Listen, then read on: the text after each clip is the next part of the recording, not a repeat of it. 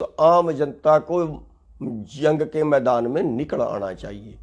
और अगर ऐसा ना हुआ, अगर ये कानून ना तोड़वा पाए, तो फिर ये मानिए आपकी जान, देश की जनता की जान अंबानी अडानी जैसे पूंजीपतियों के हाथ में होगी। कोई बचाने वाला कोई नहीं आएगा। ये आखिरी मौका है बचाने का।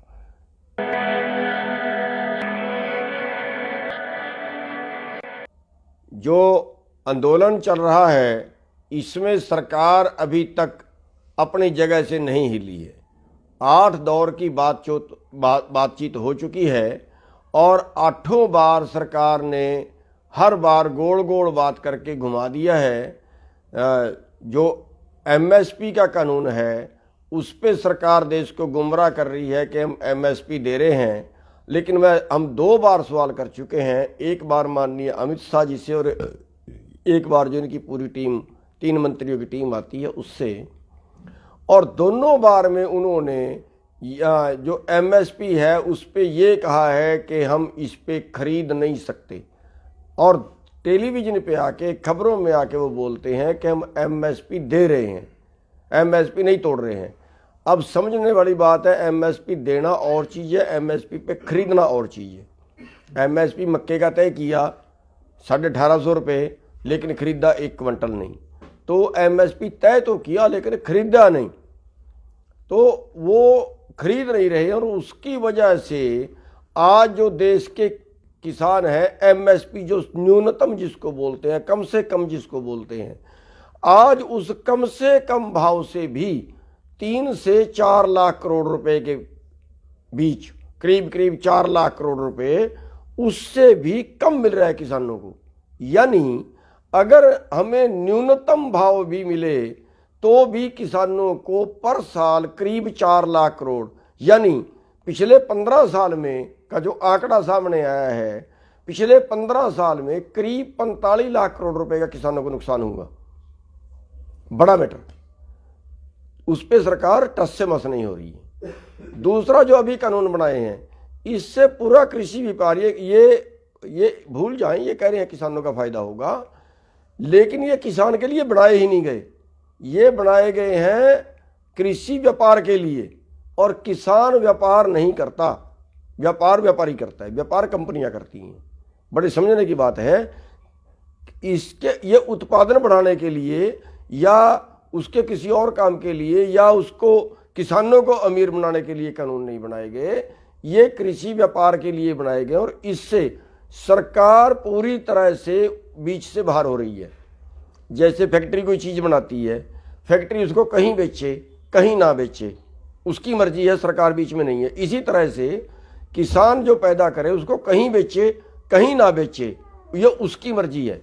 और जब उसकी मर्जी होगी तो जब खरीदने वाला कोई, सरकार जब बीच से बाहर हो जाएगी, तो व्यापारी अपनी मर्जी का भाव लगाएगा, अपनी मर्जी से लुटेगा। यानी मोटे तौर पे ये मान लीजिए कि एक तरफ सरकार WTO में चली गई है, मोटे तौर पे जो इसका रिजल्ट निकलने वाला है वो ये है कि सरकार खरीद से बाहर होगी, सारा माल व्यापारी खरीदेगा, पूंजीपति खरीदेंगे, और वो वर्ल्ड मार्केट के रेट पे खरीदेंगे, ना कि हिंदुस्तान की मार्केट के रेट पे। अगर उनको मलेशिया से खाद्य तेल सस्ता मिलेगा तो हिंदुस्तान से सरसों खरीदने की जरूरत नहीं है, मोटे तौर पे मानिए। अगर उनको मक्का अमेरिका से सस्ता मिलेगा तो हिंदुस्तान से खरीदने की जरूरत नहीं है। अगर उनको चीनी ब्राजील से सस्ती मिलेगी तो हिंदुस्तान से भी ब्राजील के रेट पे खरीदेंगे। यानी पूरी दुनिया में जहां से सबसे कम भाव पे मिलेगा वहां से खरीदेंगे, और जहां सबसे महंगे भाव पे बिकेगा वहां बेचेंगे। अब पूरी दुनिया का जो वर्ल्ड लेवल का मुकाबला हिंदुस्तान नहीं कर सकता। हिंदुस्तान की परिस्थितियां अमेरिका के बराबर नहीं है, मलेशिया के बराबर नहीं है। अमेरिका में 10 वर्ग किलोमीटर की एक किसान की एवरेज है। अमेरिका में 43 लाख रुपए पर किसान की सब्सिडी है। हिंदुस्तान में 82% किसान 2.5 एकड़ से कम वाले हैं। हिंदुस्तान में खेती रोजगार है, अमेरिका में खेती बिजनेस है। ये अंतर है। अमेरिका में आदमी की ज़िंदगी की जो टोटल सुविधाएं हैं, जो टोटल उसके जिंदा रहने के लिए चाहिए, वो जिम्मेवारी सरकार की है। हिंदुस्तान में ऐसा कुछ नहीं है। हिंदुस्तान में सारे खर्चे खुद उठाने पड़ते हैं। इसलिए हिंदुस्तान के मापे की ये कानून नहीं है। वो कम से कम भाव मिलेगा पैदा करने वाले को, और फिर ज़्यादा से ज़्यादा भाव में बेचेंगे खाने वाले को। पूरा देश चंद लोगों का ही ग्राहक होगा, और जब पूरे देश का पेट भरने का सामान चंद लोगों के पास होगा, फिर वो ब्लैक करें, किसी भाव में बेचे, क्योंकि खरीदने वाले को तो जरूर खरीदना ही पड़ेगा अगर जिंदा रहना है, वरना भूखा मरेगा। और इससे क्या होने वाला है, ये अकेला किसान आंदोलन मत मानिए, ये उपभोक्ताओं का, खाने वालों का आंदोलन ज़्यादा है। क्योंकि खाने वालों को तो क्या 80 रुपये किलो में प्याज लेके खा सकते हैं, क्या 40 रुपये किलो में आलू लेके खा सकते हैं, क्या आप 200 रुपये किलो में दाल लेके खा सकते हैं। तो खाने वालों का आंदोलन ज़्यादा है, इसलिए जो बीच का मुनाफा होगा वो मोटा मुनाफा कंपनियों को जाएगा, यानी जनता की जेब से पैसा निकलेगा और बड़े पूंजीपतियों की जेब में जाएगा। और हालत क्या होंगे, हालात ये होंगे कि इससे पूंजीपतियों की आमदन बढ़ेगी, आम जनता की जो जेब है वो कटेगी।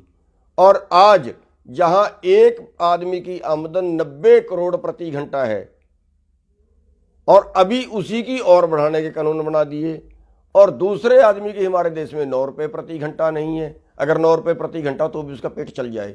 हमारे लोग में भूखमरी, हमारे देश में भूखमरी आज 107 देशों में 94 देश में स्थान पे खड़ा है हमारा देश भूखमरी में। सोने की चिड़िया था ये, और लेकिन कानून ऐसे बने कि अब मिट्टी की चिड़िया भी नहीं बचा। और अगर ये कानून बनते हैं, अगर ये कानून तो बन गए हैं, अगर ये नहीं तोड़वा पाते आप लोग, तो फिर ये मानिए कि और भुखमरी बढ़ेगी, करोड़ों लोग और भुखमरी का शिकार होंगे, हमारे हिंदुस्तानी होंगे, आम जनता होगी। इसलिए इस आम जनता को जंग के मैदान में निकल आना चाहिए। और अगर ऐसा ना हुआ, अगर ये कानून ना तोड़वा पाए, तो फिर ये मानिए आपकी जान, देश की जनता की जान अंबानी अडानी जैसे पूंजीपतियों के हाथ में होगी। कोई बचाने वाला कोई नहीं आएगा, ये आखिरी मौका है बचाने का।